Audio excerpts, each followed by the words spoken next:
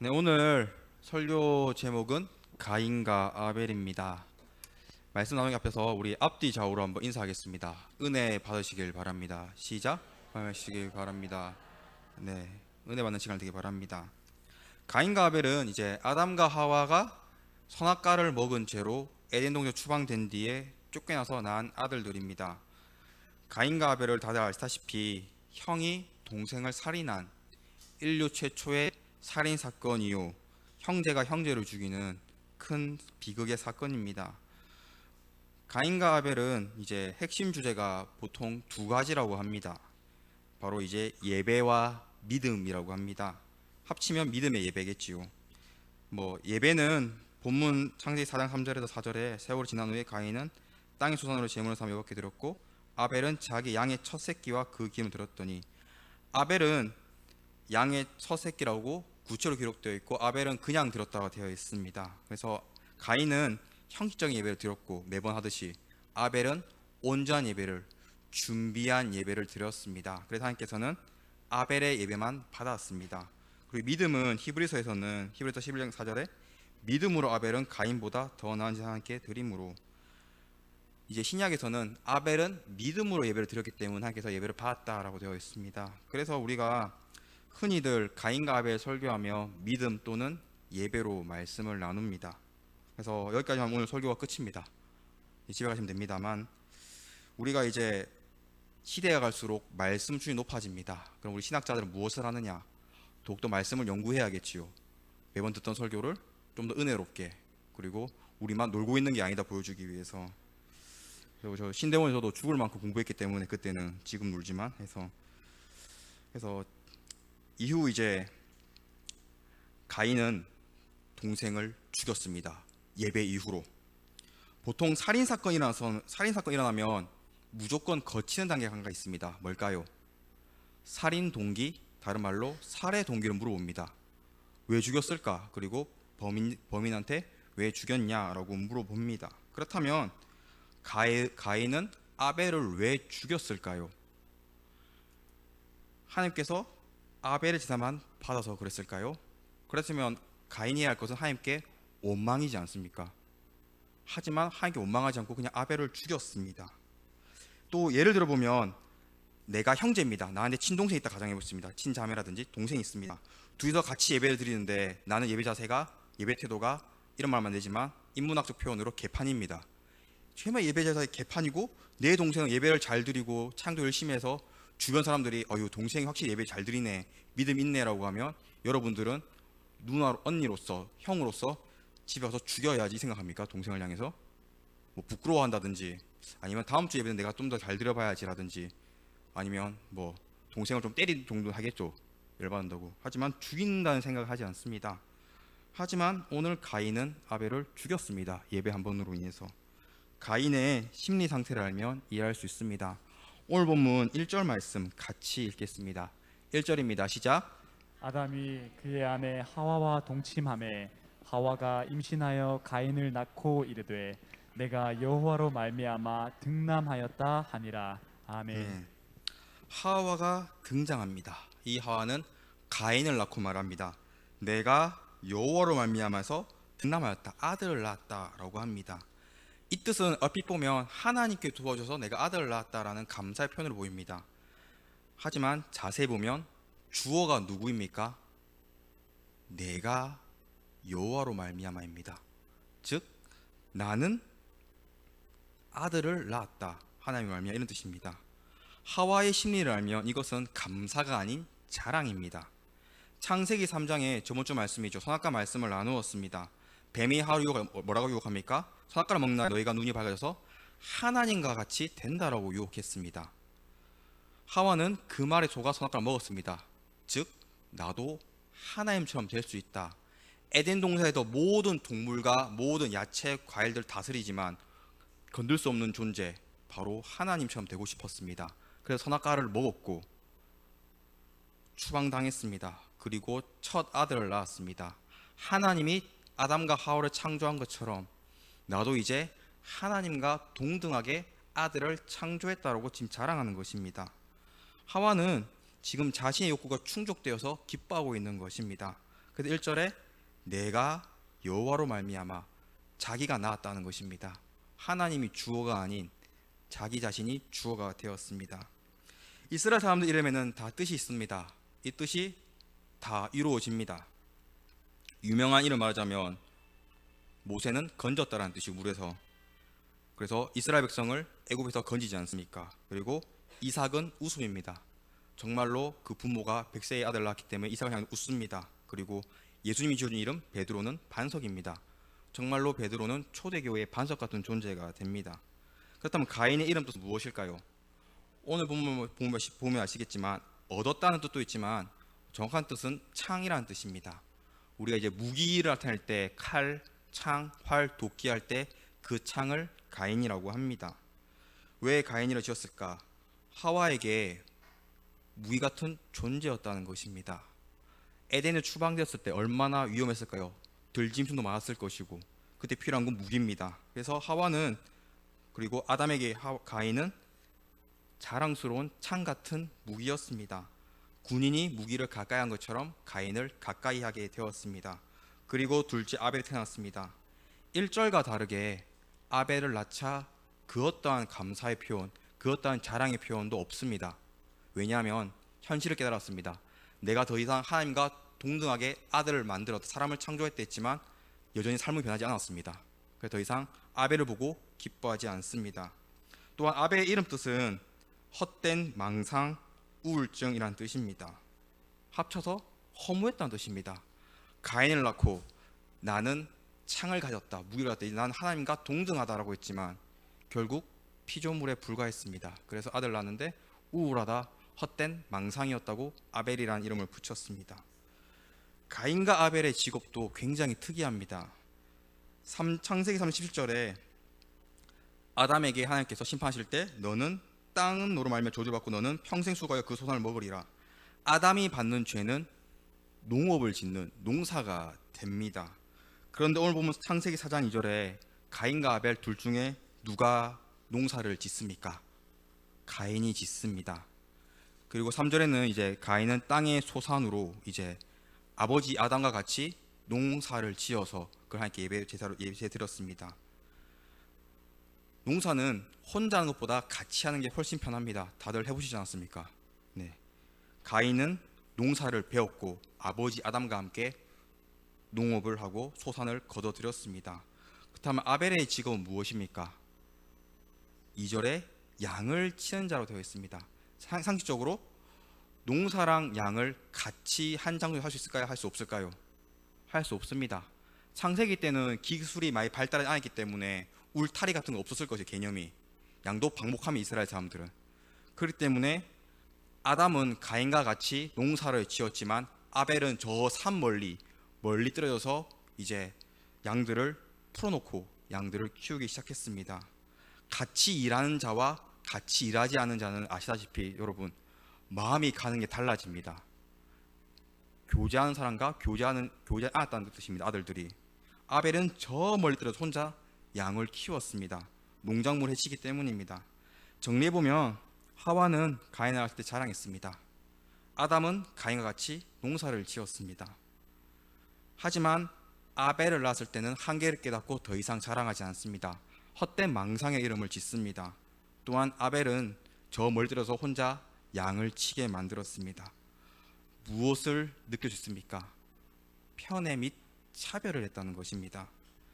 장자인 가인과 차자인 아벨은 공평한 사랑을, 공평한 성장 배경을 가지고 있지 않습니다. 가인은 사랑받으면 자랐고 아벨은 가인에 비해서 사랑을 받지 못했습니다. 그래서 아벨은 사랑을 받지 못해서 외롭게 혼자 양을 쳐서 그런지 더욱더 하나님께 매달린 것 같습니다. 믿음을 가졌으며 온전한 예배를 하나님께 드렸습니다. 하나님께서 아벨을 상황하시고 아벨의 예배만 받아주셨습니다. 즉 하나님께서는 오늘 본문에서 아벨의 마음을 위로해 주신 것입니다. 예배를 통해서. 가끔 다자녀 가진 부모들 이야기를 들어보면 가인과 아벨처럼 상황이 똑같습니다. 아들이 뭐 4명 있으면 4명 다 사랑합니까? 하면 다 사랑하죠. 하지만 그 중에 제일 사랑하는 누굽니까? 하면 슬쩍 얘기합니다. 딸도 마찬가지죠. 딸이 여러 명 있으면 사실 이 아들, 이 딸이 좀 더 마음이 간다고 말을 합니다. 가인은 당연히 아벨과 다르게 차별받고 편애받으면서 귀하게 자랐습니다. 가인은 아벨을 볼 때 무엇을 느꼈을까요? 너랑 나는 급이 다르다라는 우월감을 느꼈습니다. 심리학 용어로 비교의식을 느꼈습니다. 내가 아벨보다 더 뛰어나고 아버지의 유산은 농사인데 이 유산은 내가 상속받는다. 어머니도 나만 이뻐한다. 너는 이름 자체도 부정하다. 나는 너랑 다르다. 당연히 하나님도 나만 이뻐하실 것이다 라고 착각하면서 비교의식과 우월감과 교만으로 똘똘 뭉쳐서 자라나게 되었습니다. 창세기 4장 3절 앞부분에 세월이 지난 후에 오랜 세월 후에 드디어 아담, 하와, 가인과 아벨이 같이 예배드리는 것이 아니라 이 아들들만 따로 하나님 앞에 서게 되었습니다. 가인은 자신이 있었습니다. 나는 사랑받았기 때문에 당연히 하나님도 내 예배를 선택할 것이다. 하지만 하나님께서는 아벨의 믿음과 아벨의 온전한 예배를 보셨고 아벨의 예배를 받았습니다. 그래서 가인은 굉장히 큰 충격을 받습니다. 얼마 큰 충격 받는지 이제 4장 5절 말씀, 오늘 본문 5절 말씀 같이 읽겠습니다. 시작. 가인과 그의 제물은 받지 아니하신지라 가인이 몹시 분하여 안색이 변하니. 아멘. 분하여 앞에 몹시가 붙어 있습니다. 굉장히 화가 많이 났습니다. 정말 사람을 죽일 만큼 화가 났다는 뜻입니다. 극대노라고 합니다. 극대노했습니다. 그리고 안색이 변하니라고 되어 있습니다. 이게 좀 매끄럽지 못한 번역입니다. 히브리 원어에서는 바이프르 파나브라고 고개를 숙였다는 뜻입니다. 지금 그래서 옳은 표현은 몹시 화가 나서 가인은 고개를 숙였다라는 것입니다.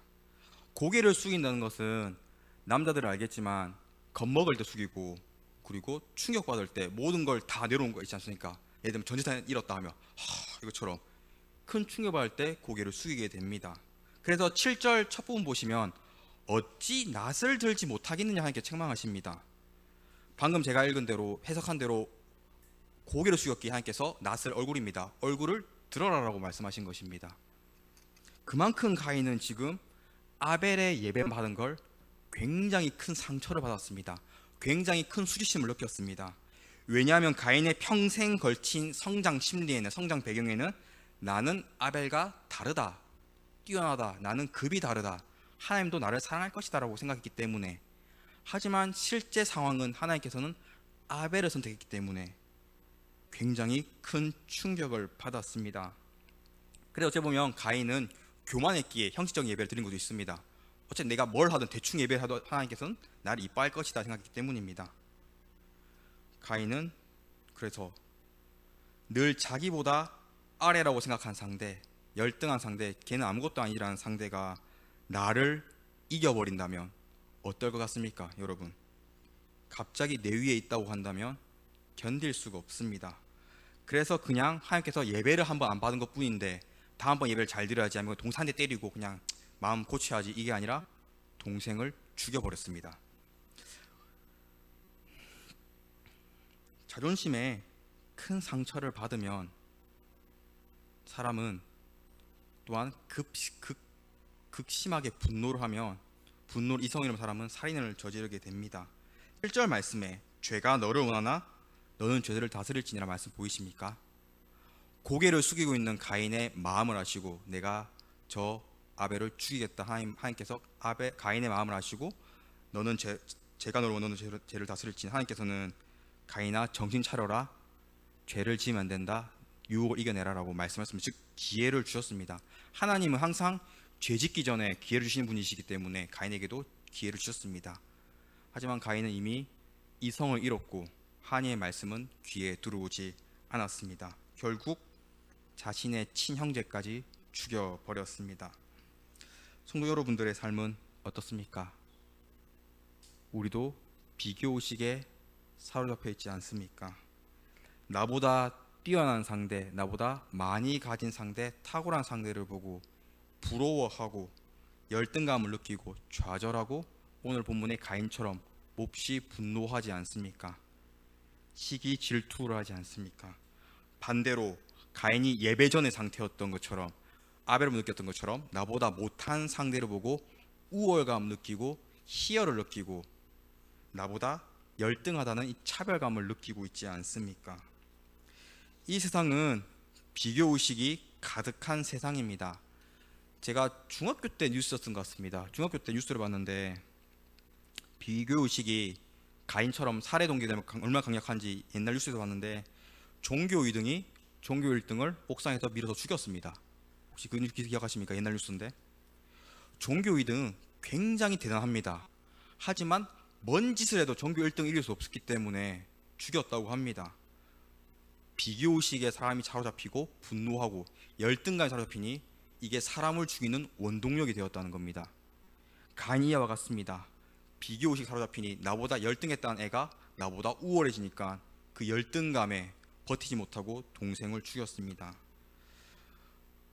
세상을 보더라도 저는 스포츠를 좀 좋아하는데, 야구를 보더라도 옛날에는 최동원과 손동열 비교 엄청 많이 했고, 우리 롯데랑 옆 동네에 있는 NC 대구랑도 많이 비교를 하지 않습니까? 옛날에는 류현진, 김강현 비교 많이 했습니다.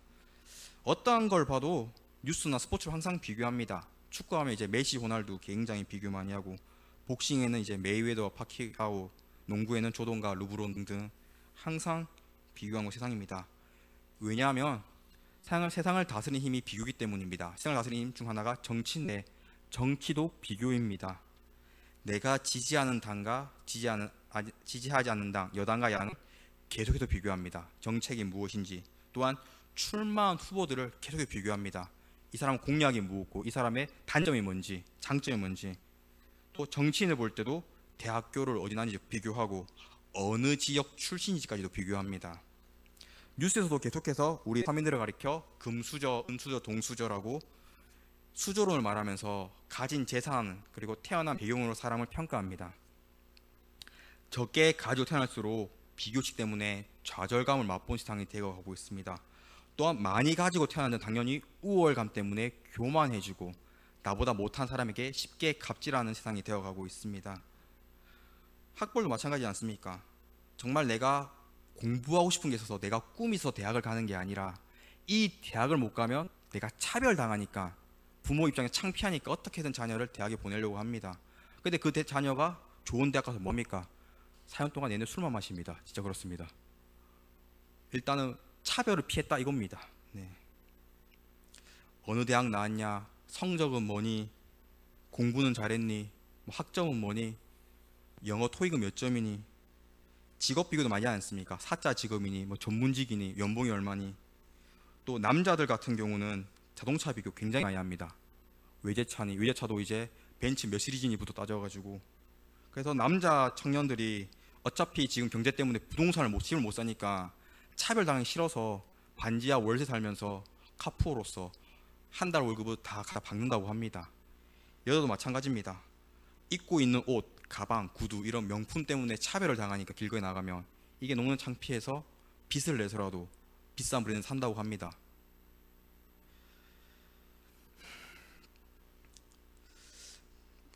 가장 큰 문제는 또한 자식도 비교합니다. 누구는 종교 1등이고 누구는 올 100점인데 너는 성적이 이게 뭐니? 라고 비교를 합니다. 또한 누구 아빠 친구 아들은 명문대를 갔는데 넌 왜 지방대를 갔니? 라고 비교를 합니다. 가서 재수해라고, 창피하다고. 물론 공부는 강요를 해야 하지만 학생 보면 공부지 않습니까? 누구는 몇 점인데, 누구는 무슨 대학인데, 누구는 수능이 몇 등급인데 넌 이거밖에 안 되니? 라고 비교하고 공부를 강요하면 그 아이는 반드시 무너지게 됩니다. 이처럼 세상은 예전부터 지금까지 비교가 문화가 된 시대에 우리는 살고 있습니다. 비교를 하면 이득이 아닌 가인처럼 결국 스스로 무너질 수밖에 없지만, 많은 사람들이 지금도 계속해서 비교하고 있습니다. 비교는 결국 경쟁을 초래하고, 경쟁은 우리를 무너뜨리게 됩니다. 성경에서도 이제 초대왕 사울을 이제 비교 의식의 대표적인 사람으로 설정합니다. 사무엘상 18장 7절에서 9절 말씀에 여인들이 떨며 노래하여 이르되 사울이 죽인 자는 천천히요 다윗은 만만히로 한지라. 사울이 그 말에 불쾌하여 심히 노하여 이르되라고 되어 있습니다. 다윗이 장군으로서 공을 계속 세우니까 전쟁만 이겼다니까 이제 이스라엘 모든 여인들이 모여서 굳이 가만히 있는 사울 왕에게 사울 왕은 1000명밖에 못 죽였지만 다윗은 10,000명을 죽였다라고 다윗이 배로 났다고 다윗이 칭찬했습니다. 사울 왕이 있는 앞에서. 사울 왕이 그때부터 다윗을 주목해서 내가 얘를 죽이고 말겠다라고 해서 남은 평생을 다윗만 쫓아다니지 않습니까? 집단이 단체로 비교식 행하니까 사울 왕이 미쳐버렸습니다. 신약 넘어가면 우리 사도행전 5장에 보면 아나니아 삽비라 마찬가지입니다. 그 앞에 4장 마지막 절에 보면 바나바가 전 재산 헌금합니다. 그럼 우리는 와 대단한 사람이다 넘어가야 하는데 바나바가 전 재산 헌금하니 아나니아 삽비라는 견딜 수 없는 겁니다. 그래서 우리도 전 재산 헌금했습니다 라고 합니다. 알고 보니까 거짓말이었죠. 반은 숨겨놨죠. 그래서 성령 충만한 베드로가 정죄를 하니 그 자리에서 아나니아 삽비라가 죽지 않습니까? 이 모든 게 비교식에 발생한 일입니다. 결국 가인은 창세기 4장 12절에 내가 밭을 가로 땅에 다시는 그 욕을 내게 주지 아니할 것이요 너는 땅에서 피하여 유려한 자가 되리라. 농사 짓는 사람에게 농사를 빼앗습니다. 그리고 땅에서 쫓겨나서 유리하는 자가 떠돌아다니게 되었습니다. 즉 하나님께 버림받고 쫓겨났습니다. 이 모든 것은 가인이 비교의식을 자랐기 때문입니다. 20세기의 평신도였지만 기독교를 논리적으로 설명해서 변증한 인물이 있습니다. 이제 한 번쯤 들어봤을 법한 영화 나니의 연대기의 작가 C.S. 루이스입니다. 이 굉장한 사람입니다. 이 사람의 절친이 반지의 제왕이라는 소설을 만들었는데 이게 밀리언셀러가 되니까 아 사람들이 판타지를 좋아하는구나. 그러면 판타지에 읽으니까 복음을 넣어서 전파해보자 한 게 이제 나니의 연대기 소설입니다. 나니의 연대기는 판타지만 복음이 굉장히 많습니다. 그래서 이 C.S. 루이스가 굉장한 사람인데 이런 말을 했습니다. 사탄의 가장 예리한 무기는 바로 비교의식이다 라고 말을 했습니다. 사탄은 비교의식으로 가장 예리한 무기, 우리를 찌른다는 것입니다. 실제로 하와에게 찾아와서 선악과를 먹을 때 먹으면 하나님처럼 된다라고 유혹하지 않았습니까? 여인들에게 비유당해서 다윗을 죽이기로 한 사울도 비교의식으로 시작되었습니다. 사울의 마음은 그때 사무엘상 16, 14절에 여호와의 영이 사울을 떠나고 여호와께 부르신 악령이 그를 번나게 한지라. 성령이 떠나고 악령이 왔다고 합니다. 아까 얘기했던 아나니아 삽비라도 사도행전 5장 3절에 베드로 이르되 아나니아 어찌하여 사탄이 내 마음을 가득하여. 사탄이 가득했다고 합니다. 무슨 말이냐면 비교의식은 세상의 문화인데 이것은 하나님의 뜻, 예수님의 생각이 아니라 사탄이 심어주는 생각과 마음이라는 것입니다. 내가 다른 상대를 보고 열등감, 시기, 질투, 분노하고 내가 못한 상대를 보고 차별을 느끼고 우월감을 느끼고 교만을 느끼는 것, 이 모두 다 내 뒤에 있는 사탄이 넣어주는 마음이요 사탄의 가장 예리한 무기가 발동했다는 뜻입니다. 문제는 우리도 세상에서 살기 때문에 주일만 교회 오고 이제 평일은 세상이 있지 않습니까?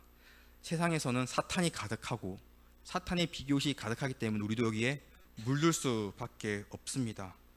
나보다 부족한 사람 보면 우월감 느끼고 차별하고 나보다 잘난 사람 느끼면 막 더럽다고 막 우월감 느끼고 열등감을 느끼고 다 잘못되었습니다.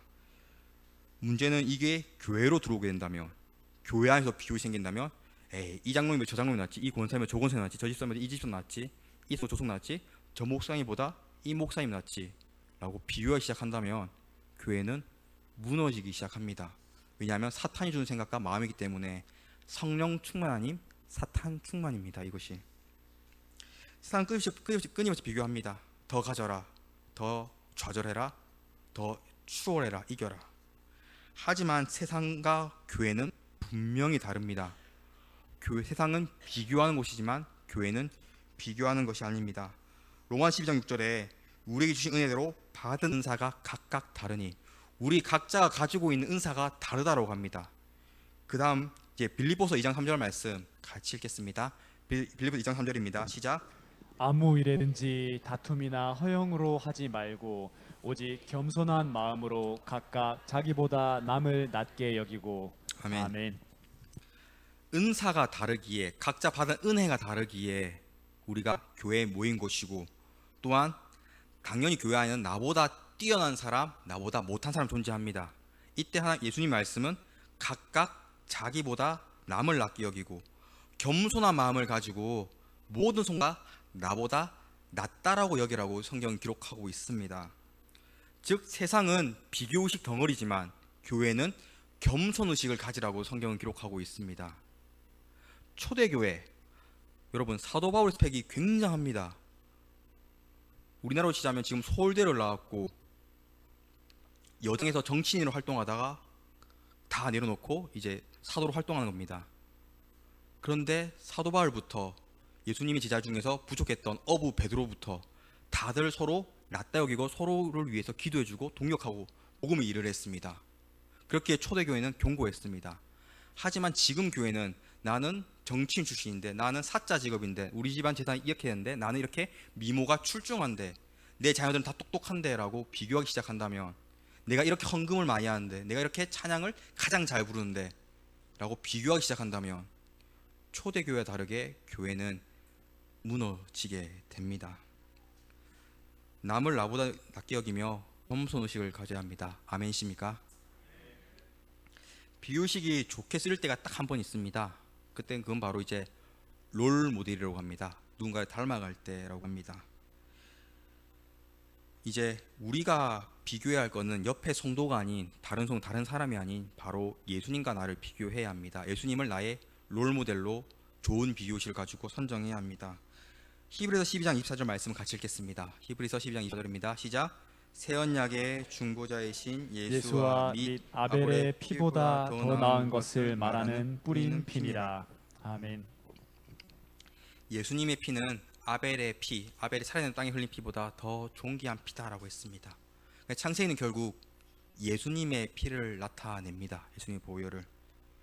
예수님은 우리를 사랑해서 우리를 대신해서 십자가 달려 죽으시고 우리를 살리시기 위해서, 우리가 이 타락한 죄악 가운데 우리를 살리시기 위해서 보혈의 피를 흘렸습니다. 이 보혈의 피가 가장 귀하다라고 성경은 기록하고 있습니다. 예수님도 우리를 위해 살았습니다. 그렇다고 우리는 누구를 위해 살아야겠습니까? 예수님을 위해서, 또한 교회와 다른 성도를 위해 살아야 합니다. 내가 비교에 사로잡힌다는 건 나를 위해 사는 것입니다. 내가 더 많이 가지고 내가 더 뛰어나다는 것. 하지만 우리는 예수님을 위해서 살아야 합니다. 중세시대에 교회가 온갖 죄로 타락하기 시작했습니다. 다들 아시지 않습니까? 역사를 보시면 그 가운데 타락하지 않는 이제 소수의 성자들 외쳤습니다.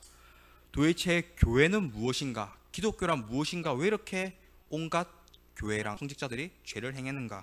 이때 토마스 아킨피스라는 사람이 이렇게 말했습니다. 기독교는 그리스도를 본받는 것이다라고 정의했습니다. 그렇습니다. 기독교는 예수님을 본받는 종교입니다. 세상을 본받으면 차별을 살아가지만, 더 많은 걸 추구하려고 하지만, 비교하려고 하지만, 교회는 예수님을 닮아가면 예수님을 닮아가려 합니다. 예수님처럼 살아가려고 믿음 위에 살아가고 복음을 위해 살아가려고 합니다. 교회를 위해서 살아가려고 합니다. 마태복음 2장 28절 말씀 같이 읽겠습니다. 마태복음 2장 28절 말씀입니다. 시작.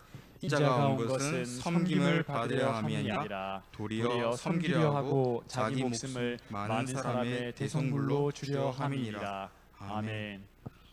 하나님의 아들이신 분이 이 땅에 오신 것은 섬김을 받는 게 아니라, 즉 너희들을 지배하러 오기 위한 게 아니라 황제들처럼 섬기러 왔다라고 말씀하셨습니다. 예수님이 이렇게 이 땅 가운데 태어난 이유가 섬기기 위해서인데, 우리도 예수님을 섬기지 않고 나 자신을 섬기는 것, 말씀에 불순종한 것이고 세상에 물든 것입니다. 우리는 주님을 섬겨야 하고 교회를 섬겨야 합니다. 그렇기 때문에 내 안에 있는 모든 비교의식을 버리셔야 합니다. 겸손의식으로 서로 섬기며 서로 사랑하고 나를 위해 쓴 것이 아닌 주님을 위해 살아가야 합니다. 자녀 양육 중이면 아담과 하와처럼 자녀들 비교하지 말아주세요. 똑같이 사랑해주세요. 그게 힘들다면 기도해야 합니다. 계속해서 내 자녀가 여러 명인데 다 똑같이 사랑할 수 있도록. 뉴스 보면 알겠지만 맨 마지막에 이제 유산 분배하다가 첫째 아들을 좀 더 줘가지고 서로 정말 칼부림이 일어납니다. 여러분, 난 눈 감으면 끝이지만 그 자녀들 관계 깨집니다. 유산도 공평하게 나눠주시고 기도하면 됩니다, 여러분. 아직 많이 남았을까? 그게 성경 가르침입니다, 여러분. 제 가르침이 아니라. 똑같이 사랑하면 가능합니다. 또한 부부는 서로 사랑하면 서로 섬겨야 합니다. 다른 집 남편은 연봉이 얼마네, 다른 집 집부인은 상냥하고 뭐 반찬을 잘하네, 이렇게 서로 비교해서는 절대 안 됩니다. 또한 이 청년들은 절대로 부모님 비교하지 마세요. 뭐 옆집 부모는 의사라서 용돈을 많이 준다더라, 이런 헛소리는 집어치우셔야 합니다. 네. 부모님이 내가 신앙생활하게 도와주는 것만 하더라도 그 어떠한 재산과 가치와 비교할 수 없습니다. 우리 부모님만의 장점이, 놀라운 장점이 있습니다. 또한 당연히 교회와 교회를 비교해서는 안 되고, 성도가 성도를 비교해서는 안 되고, 직분자들과 중직자들끼리 서로를 비교해서는 안 됩니다. 부서와 부서가 비교해서는 안 되고, 전도회가 전도회가 비교해서는 안 됩니다. 교회는 무너집니다. 내 안에 있는 모든 비교의식은 주님 주신 마음이 아니라 사탄이 주는 마음임을 반드시 깨달아야 합니다. 우리가 비교할 것 오직 하나, 날 위해 십자가신 예수님을 바라보며 나도 예수님처럼 살아야겠다라고 롤모델을 삼는 것. 기독교는 그리스도를 본받는 것처럼 예수님을 본받아간 것. 이 비교의식 외에는 다 버리시길 바랍니다. 내 안에 비교의식이 아닌 예수님을 닮아서 겸손의식을 가득 채우는 베델교회 되기를 간절히 축원합니다. 기도하겠습니다. 이 시간 오늘 말씀 붙잡고 간절히 기도하겠습니다. 말씀으로 내 자신을 되돌아보기 원합니다. 주님, 내 안에는 이런 비교의식이 있습니다.